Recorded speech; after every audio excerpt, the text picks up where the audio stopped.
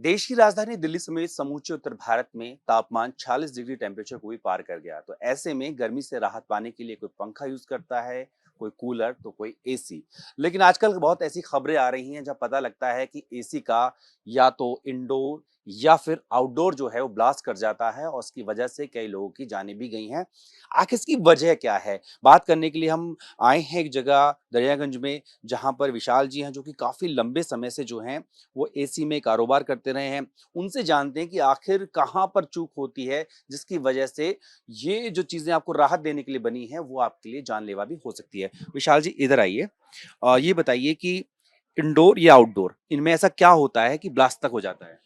Indoor outdoor में इधर compressor वगैरह होता है। आपका ये मेन इंडोर यूनिट रूम के अंदर लगता है, ये बाहर लगता है। हुँ, अब ये डिपेंड करता है आपके पास कहाँ पे स्पेस है। ये तो रूम के अंदर लगता है। मेन सबसे बड़ी चीज़ है इसमें आपकी मेंटेनेंस। हुँ, एसी का जैसे फिल्टर होता है, लोग रेगुलर क्लीन नहीं करते, हुँ, चोक हो जाता है, तो वो क्लीन करते रहना चाहिए। और कई बार आदमी को लगता है कि यार इसमें कहीं प्रॉब्लम आ रही है, हुँ, स्पार्क हो रहा है, कुछ हो रहा है, तो वो कहता है कोई बात नहीं, चलने दो। हुँ, उस टाइम ये नहीं करना चाहिए, लापरवाही नहीं करनी चाहिए। या तो उसको ऑफ कर दो या टेक्नीशियन को हुँ। बुला के पहले इलेक्ट्रीशियन या टेक्नीशियन को उसको चेक करवा लो। ये नहीं कि अच्छा कंटिन्यूअस ये चलाते बताइए, रहो। इनमें से ज़्यादा मेंटेनेंस क्या माँगता है, इंडोर या ये आउटडोर? मेंटेनेंस तो दोनों में ही है। देखो, केयर तो आपको दोनों प्रोडक्ट की करनी पड़ेगी क्योंकि हुँ, साइड बाय साइड दोनों इंटर रिलेटेड है, हुँ, इंडोर और आउटडोर। उसमें ये होता है, आउटडोर में थोड़ी सी प्रॉब्लम ये हो जाती है कि आउटडोर बाहर कहीं छत पे लगा है तो हर एक आदमी की रीच नहीं है। इंडोर हुँ, तो आप अपना स्टेयर सीढ़ी लगा के कुछ भी करके फिल्टर निकाल के आप भी कर सकते हो, इलेक्ट्रीशियन भी कर सकता है।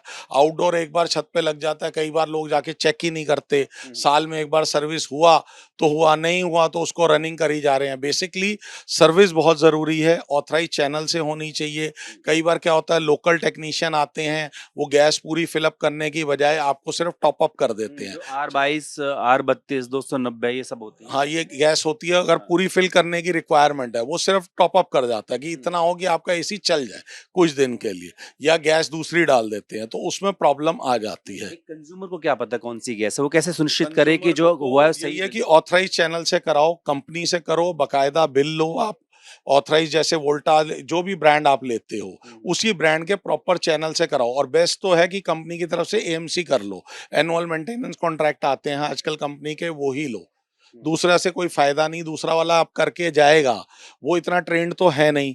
कंपनी वाला प्रॉपर उसे प्लस माइनस दोनों पता है, उस हिसाब से होगा। आपको बेसिकली एक केयर रखनी है कि इसकी जो एमसीबी और कनेक्शन है, वो अलग होना चाहिए, इंटर रिलेटेड नहीं होना चाहिए कि बाकी, क्योंकि पावर का प्रोडक्ट है।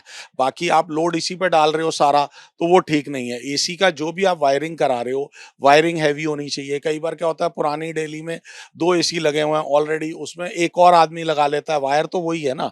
तो एटलीस्ट आप या वायर चेंज कराओ या एक एमसीबी का कनेक्शन उसके साथ अलग रखो। हुँ। एसी का कनेक्शन अलग होना चाहिए, रेगुलर इंटरवल पे सर्विस होनी चाहिए, फिल्टर वगैरह रेगुलर क्लीन होने चाहिए। मेन चीज़ ये है। विशाल जी कोई बात कर लेते हैं कंपोनेंट की। तो इसके अंदर तो एक तरीके से जो है कॉइल होती है, फैन होता है और पीसीबी होता है।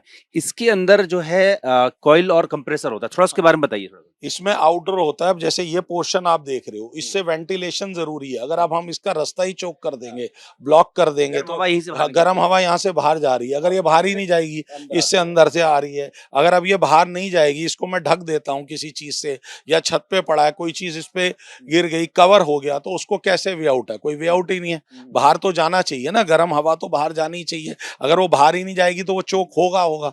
मेन चीज वो है और मेन कि जो कंपोनेंट है जो कंप्रेसर उसी के अंदर है। हाँ जी, कंप्रेसर इसी के अंदर है। इसमें आपका पीसीबी हुँ, होती है हुँ, और आपका कूलिंग कॉइल होता है, फ़िल्टर होता है, जो हुँ, इंडोर का फ़िल्टर होता है। ये हुँ, इंडोर हुँ, यूनिट होता है। इंडोर का मतलब जो रूम के अंदर लगा है। हुँ, ये आउटडोर होता है। अब कई बार ये क्या होता है कि बाहर आपने कहीं स्टेयर्स पे स्टैंड लग के रूफ पे लगा दिया, तो उसके लिए कई बार वो चीज़ ज़्यादा प्रोटेक्शन करने की होती है, क्योंकि वो आदमी देख नहीं पाता। इंडोर तो आपको सिम्पटम यहाँ दे रहा है, P1 लिखा हुआ आ जाएगा। अगर उसमें पीसीबी में कुछ फ़ॉल्ट है, कुछ है। बस सबसे बड़ा मेन चीज़ है कि कंपनी से कराओ, सर्विस ज़रूर रेगुलर इंटरवल पे अब कराओ। ये आपने हौस खास वाली घटना सुनी होगी जिसमें एक रिटायर्ड आईएएस हैं। उसमें बताया जा रहा है कि जो इंडोर था, उसमें आग लगी और इसकी वजह से दम घुटा, उनकी जान चली गई।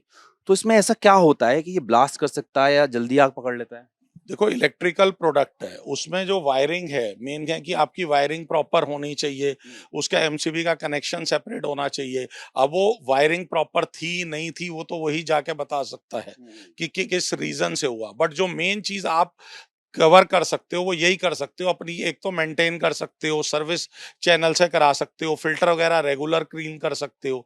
जो चीज आपके हाथ में वो तो एटलीस्ट करो ना। कई बार क्या होता है 2 साल तक सर्विस ही नहीं कराई, या आदमी बाहर रह रहा है, वो 2 महीने बाद आया, उसने सर्विस नहीं कराई, इमीडिएट उसने ऑन कर दिया, प्रोडक्ट की केयर ही नहीं की, वो चीज हो जाती है। और ये भी देखना होगा कि जहाँ इंडोर या आउटडोर रखा है वहाँ लकड़ी का फर्नीचर ना हो कम से हाँ, लकड़ी का फर्नीचर ना हो, कोई भी फ्लेमेबल प्रोडक्ट ना हो, कि कोई और इस तरह का जो फ्लेमेबल है, प्लास्टिक पॉलिथीन है, कोई केमिकल सॉर्ट ऑफ है, कोई ऑयल है, इस तरह का कोई प्रोडक्ट नहीं होना चाहिए उसके पास। जो वेलकम के उधर घटना घटी थी वो उसमें तो बताया जा रहा है जो आउटडोर है उसमें ही ब्लास्ट हुआ, उसके बाद में आग पूरे घर में फैल गई।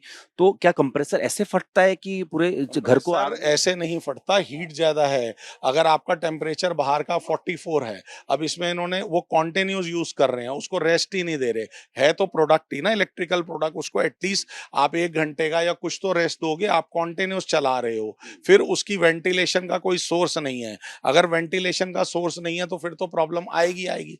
आप गाड़ी का भी एसी का फिल्टर लेते हो, अगर फिल्टर ही चोक हो जाएगा, उसको ही क्लीन नहीं करोगे तो कैसे होगा।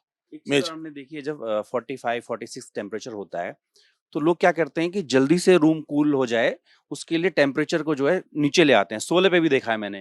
टेम्परेचर एक नॉर्मल लेवल पे रखना चाहिए कि आपके बॉडी के हिसाब से भी सूट करता है। कई बुजुर्ग वगैरह होते हैं, उनको घुटने में दर्द शुरू हो जाती है कि कॉन्टिन्यूस आप उसको टेम्परेचर हाई पे चला रहे हो। उससे एक कंफर्ट कंप्रेसर पे लेवल जोर पे पड़ता होना है है, उससे कंप्रेसर पे जोर पड़ता है और बार बार ट्रिप भी होता है। और घटना की घटना के ज्यादा भी चांस संभावना ज्यादा होती है, है। और बार बार वो ट्रिप होगा ना, जितना आपका उस पे करोगे, आप एक्सट्रीम पे चलाओगे, वो चीज है। एक मिनिमम लेवल पे इस हिसाब से होना चाहिए कि आपकी बॉडी कंफर्ट लेवल में आप आ जाओ। ये नहीं कि आपको प्रॉपर चिलिंग चाहिए। अगर आज आप प्रॉपर चिल करके एकदम आप बाहर निकलोगे निकलोगे तो गर्मी में ही ना, तो फिर उसका भी इश्यू रहता है, ठीक है। वो प्रॉब्लम आती है। तो आपको ख्याल रखना है कि ये चीज़ आपकी सुविधा के लिए बनी है लेकिन जानलेवा ना बन जाए। इसके लिए बेहद ज़रूरी है कि एक तो टेम्परेचर के लिए देखिए सरकार भी की भी गाइडलाइन है कि 24 से 26 के बीच रखें। नीचे लेके आएँगे तो उससे बिजली की खपत भी ज़्यादा होगी, आपकी जेब पे भी ज़्यादा ज़ोर पड़ेगा। साथ ही साथ जो कंप्रेसर है उस पर भी दबाव पड़ता है। ज़रूरी है कि आप ऑथराइज़्ड चैनल से ही अपने एसी की प्रॉपर टाइम पे सर्विसिंग कराएँ ताकि गलत गैस ना भरी जाए। साथ में जो उनकी वायरिंग है उसको भी प्रॉपर चेक कराएँ। तो तमाम वो सावधानियाँ हैं जिनको बरतते हुए आप जो है ऐसी किसी भी दुर्घटना से बच सकते हैं। वीडियो से होगी कपिल बेदी के साथ जितेंद्र भाटी, टीम ने भारतवर्ष दिल्ली।